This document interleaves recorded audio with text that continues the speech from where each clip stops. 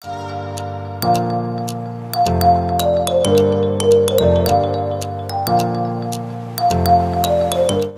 saya Anneke Prasyanti dari Teknik Arsitektur ITB. Sejak kelas 3 SD memang pengen jadi arsitek.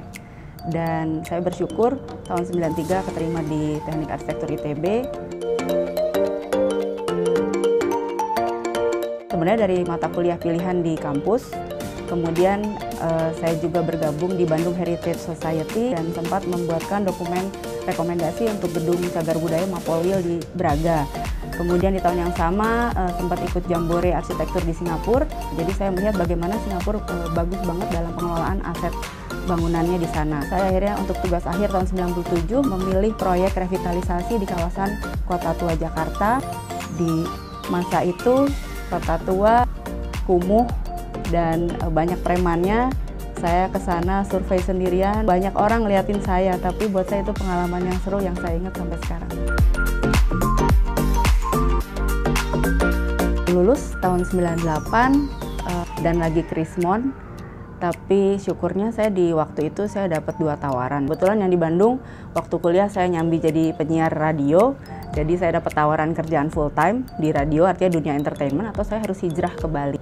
Dan berakhir saya jadi 11 tahun di Bali dan luar biasa pengalaman saya di sana. Saya bukan hanya belajar ilmu arsitektur, tapi keilmuan lain seperti antropologi, seperti budaya, lebih detail lagi tentang seni tari Bali. Dan kemudian saya juga dapat kesempatan banyak sekali ketemu klien-klien dari berbagai negara. Dan dari sana saya menyelami banyak hal bahwa orang asing aja untuk mengelola sebuah pekerjaan bangunan ini selalu membuat saya melakukan riset mengenai kearifan lokal dan bagaimana menerapkan kearifan lokal dan menggabungkannya dengan teknologi modern. Dan saya selalu bertanya dan punya kegelisahan kenapa proyek-proyek kita di Indonesia tidak atau jarang memutuskan melakukan riset seperti ini. 2014 saya mendapat panggilan untuk gabung di Kota Tua untuk membantu merevitalisasi dan membenahi kawasan di sana.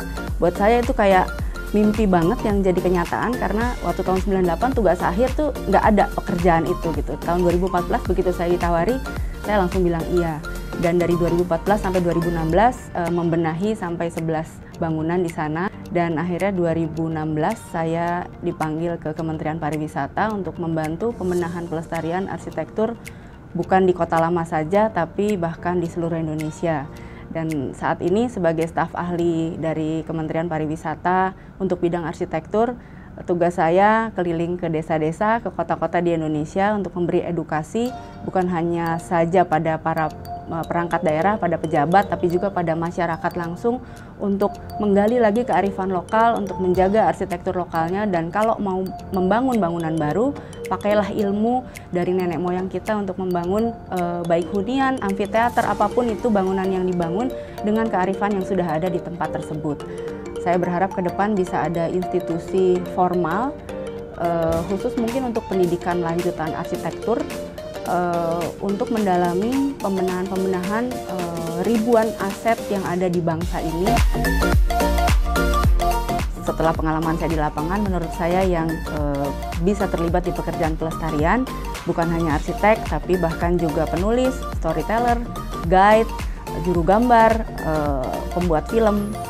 Bahkan di saat ini saya juga bersama teman-teman sedang membuat platform digital untuk mendokumentasi tangible dan intangible heritage Indonesia, khususnya arsitektur. So teman-teman ketemu ya di Reuni.